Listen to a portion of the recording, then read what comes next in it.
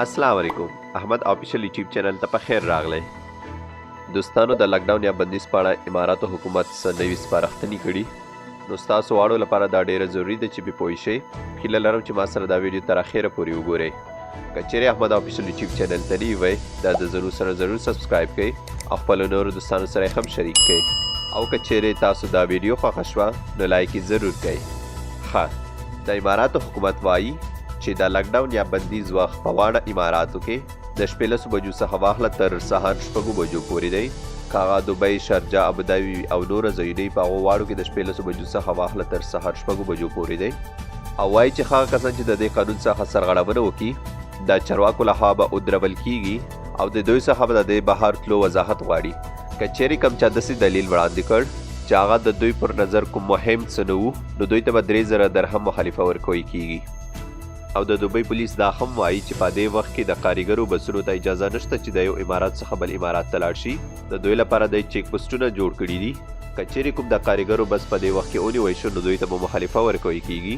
او بلې دا وایي چې ټیکسۍ کې یا وړو موټرو کې صرف 3 کسانو ته اجازه ده چې دوی په دې کې سفر وکړي خو دوی به ماسک او دستکش لازمي اچوي که چیرې په کوم ټیکسۍ کې د 3 کسانو نه زیات وي که د یو فامیل غړي نو کومه مسله نشته خو که چیرې د یو فامیل غړي نه وي نو هغو ته به مخالفه ورکوي کیږي که چا دستکش یا ماسک نه واچولی هغو ته به هم 1000 درهم مخالفه ورکوي کیږي دوی وایي چې موږ په دوبۍ کې ځای پر ځای چیک پوسټونه ځای پر ځای کړي دي تر څو موږ ډاډ حاصل کړو چې د قانون نه څوک سرغړونه نه کړي او زموږ افسران به خلک ودروي تر څو دوی ته ډاډ حاصل شي چې د دوی سره پرمټ شته او که نه که چیرې کوم چا سره پرمټ نه وي نو هغو ته به 3000 درهم جریمه ورکوي کیږي دوستانو د دوبۍ پرمټ اخیستو کې هم محدودیت راوستی دی دوبۍ پولیس وایي چې اوس به صرف هغه چا ته پرمټ ورکوي کیږي کم چا چې میډیکل ایمرجنسي که د چا میډیکل ایمرجنسي نه وي نو هغې ته به پرمټ نه ورکوي کیږي ولې چې دوی وایي چې خلکو سره کافي وخت دی د سهار 6 بجو نه واخله تر شپې 10 بجو پورې چې په دې وخت کې د هر مشکل حل کوی شي نو هغو ته هېڅ ضرورت نشته چې د شپې 10 نه واخله تر سهار 6 بجو پورې دوی ته مونږ بیا د پرمټ اجازه ورکو د بهر تلو لپاره نو د دې له وجې مونږ صرف هغه چا ته د پرمټ اجازه ورکوو کم چا چې میډیکل ایمرجنسي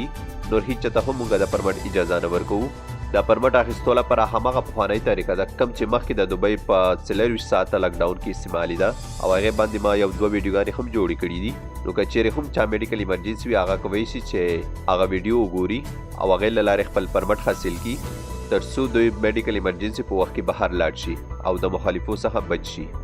دوستانو د پرمټ یا اجازتنامې ورکول ابوظبي پولیسو هم شروع کړي کم باندې چې ما 13 ویډیو جوړه کړي که چیرې غواړئ چې هغې په اړه خبر شي نو زما 13 ویډیو وګورئ هغې لینک په ډسکرپشن کې هم ده تاسو کولی شئ چې د دې ویډیو ډسکرپشن ته لاړ شئ او هغه ویډیو لینک باندې کلیک وکړئ تر څو کوم څوک چې په ابوظبي عالین کې اوسیږي هغو ته هم معلومات وشي چې په 14 بجو څخه واخله د سهار 6 بجو پورې به موږ څنګه فارمیټ اخلو خو د ابوظبي او دوبۍ قوانینو کې فرق دی په ابوظبي کې کم چا چې ایمرجنسي کاري او میډیکل کاري یا کوم بل کاري هغو ته پرمټ ورکوي کیږي خو اوس په دوبۍ کې صرف هغه چا ته ورکوي کیږي چا چې صرف میډیکل ایمرجنسي که میډیکل ایمرجنسي نه وي نو هغې ته پرمټ نه ورکوي کیږي نو الله دې وکړي چې تاسو ته دا معلومات ګټور تمام شوي وي که چیرې تاسو دا ویډیو خوښه شوي دا ضرور در سره لایک کړئ او خپلو هغو دوستانو ته یې هم ولیږئ کوم چې ستاسو په نظر هغو لپاره دا معلومات ډېر اړین دي په خیر کې که چیرې احمد آفیشل یوټیوب چینل ته نوي وئ تاسو دا د ځنو سره ضرور سبسکرایب کړئ او د بیل نښان هم کلیک کړئ تر څو راتلونکي دغه شانتې ویډیوګانې تر ټولو نه مخکې تاسو ته به رسیږي نور مو په الله سپارم د الله په امان